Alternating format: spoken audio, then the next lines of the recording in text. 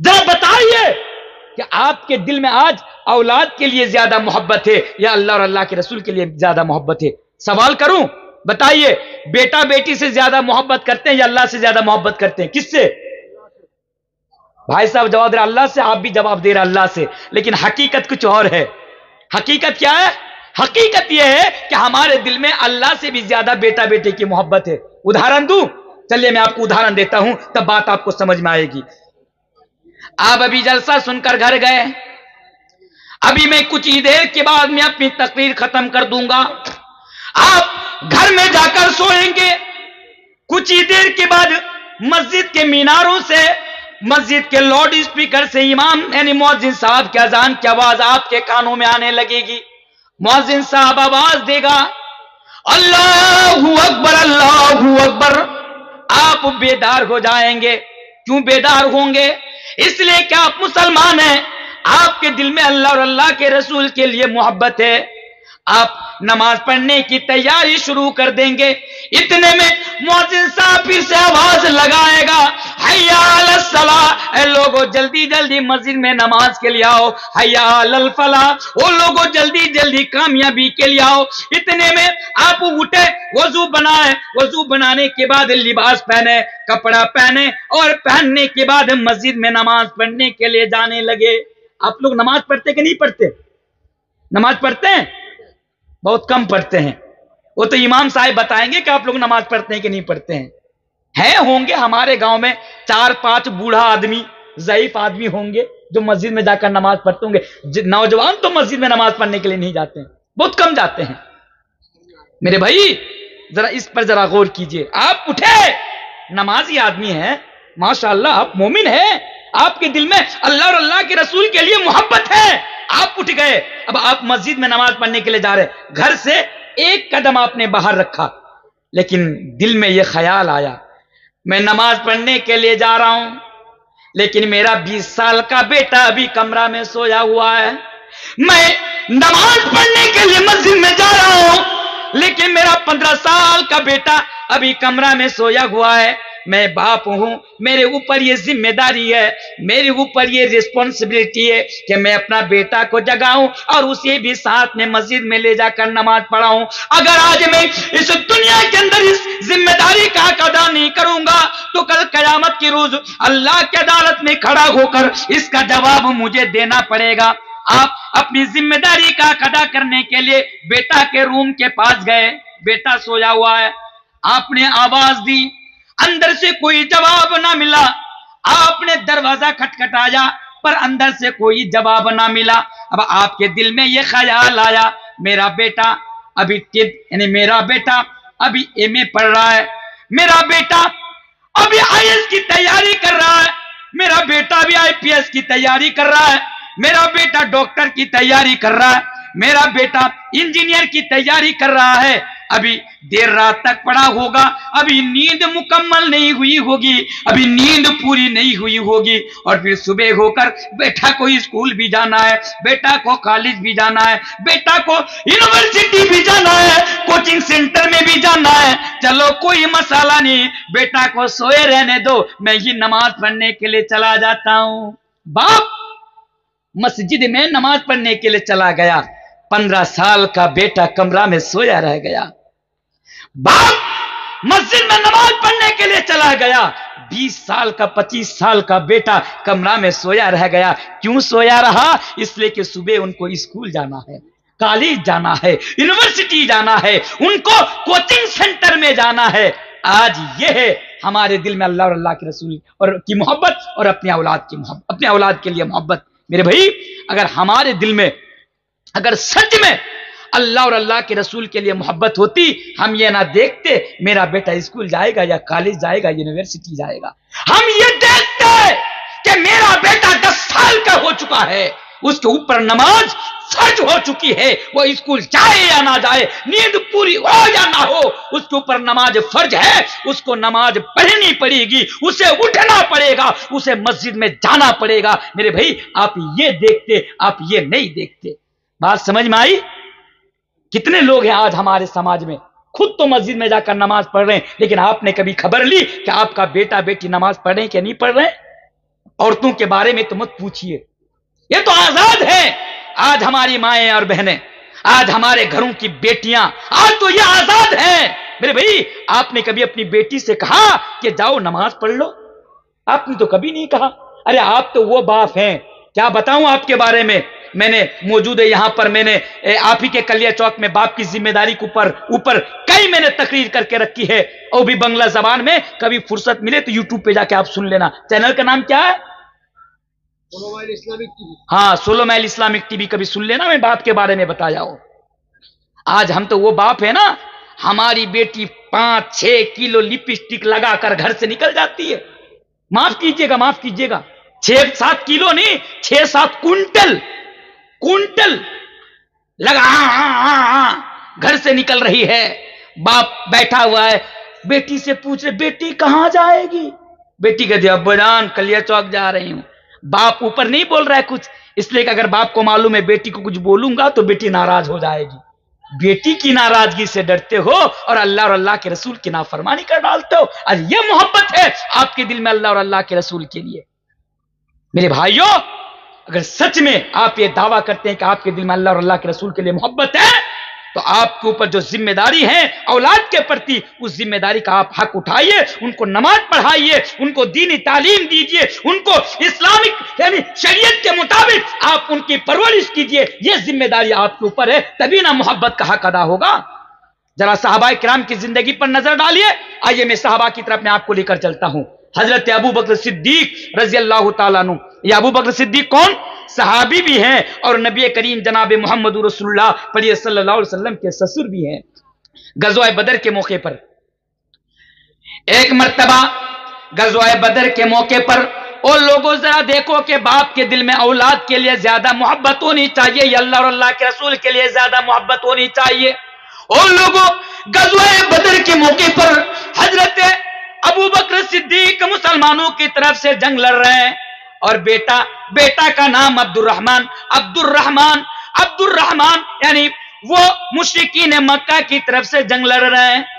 باپ مسلمان، بیٹا مشرک، باپ مسلمانوں کی طرف سے جنگ لڑ رہے ہیں، بیٹا مشرکین کی طرف سے جنگ لڑ رہے ہیں۔ میرے بھائیوں، جب جنگ ختم ہو جاتی ہے، اس کے کچھ دنوں کے بعد حضرت عبد الرحمن جو ابو بکر صدیق کا بیٹا ہے، وہ اسلام قبول کر لیتا ہے، وہ مسلمان ہو جاتا ہے۔ اتفاق سے ایک دن عبد الرحمن اپنے باپ یعنی حضرت ابو بکر صدیق سے کہتے ہیں کہ ابا جان، جب جنگ کے موقع پر آپ مسلمانوں کی طرف سے لڑ رہے تھے، میں مشرکین مکہ کی طرف سے لڑ رہا تھا، کئی مرتبہ آپ کی گردن میری تلوار کے نیچے آئی، کئی مرتبہ آپ میری تلوار کے نیچے آئے، لیکن میں نے آپ کو باپ کہہ کر چھوڑ دیا۔ ابا جان، میری تلوار آپ کی گردن پر نہ چلی، اس لیے کہ آپ کی محبت میرے اوپر غالب آ گئی، میں نے آپ کو باپ کہہ کر چھوڑ دیا۔ لیکن وہ لوگوں، حضرت ابو بکر صدیق کا جواب تو سنو۔ حضرت ابو بکر صدیق رضی اللہ تعالیٰ عنہ جواب دیتے ہیں، اے میرا بیٹا عبد الرحمن سنو، اے میرا بیٹا عبد الرحمن، میں تیری تلوار کے نیچے آیا، میری گردن تیری تلوار کے نیچے آئی تو تو نے مجھے باپ کہہ کر چھوڑ دیا، لیکن یاد رکھ، اگر خدا نہ خواستہ تو میری تلوار کے نیچے آ جاتا، تیری گردن میری تلوار کے نیچے آ جاتی، یا تیرا سر میری تلوار کے نیچے آ جاتا، تو میں تیری گردن کو مار دیتا، یعنی میری تلوار تیرے سر کے اوپر چل جاتی، میں تجھے قتل کر دیتا، اور اپنے دل کو یہ کہہ کر میں سکون دلا دیتا، میں یہ کہہ کر تسلی دے لیتا کہ میری تلوار سے کٹنے والا سر اور میری تلوار سے کٹنے والی گردن یہ میرا بیٹا کی نہیں، بلکہ یہ اللہ اور اللہ کے رسول کے دشمن کا ہے۔ یہ دیکھیں ایک باپ کے دل میں اللہ اور اللہ کے رسول کے لیے محبت، ایسی محبت اگر ہم اور روز قیامت آخرت کے دن کامیاب ہونا چاہتے ہیں تو یہ محبت آج ہمارے دل میں اللہ اور اللہ کے رسول کے لیے پیدا کرنی ہوگی، تبھی ہم اور آپ کامیاب ہو سکتے ہیں۔ جلدی آئیے، اور آپ کو ایک دو چیز بول کر میں آپ کو دوسرے پوائنٹ کی طرف لے کر چلا جاؤں گا۔ اچھا، ایک اور چیز اسی آیت کریمہ کے اندر اگر 8 چیزوں کا ذکر کیا گیا، اگر 8 چیزوں کا خلاصہ میں آپ کے سامنے کروں گا تو بڑا ٹائم لگ جائے گا۔ تو باپ بھی ہو گیا، بیٹا بھی ہو گیا، اب آئیے بیوی، سب کے گھر میں بیوی ہے کہ نہیں ہے؟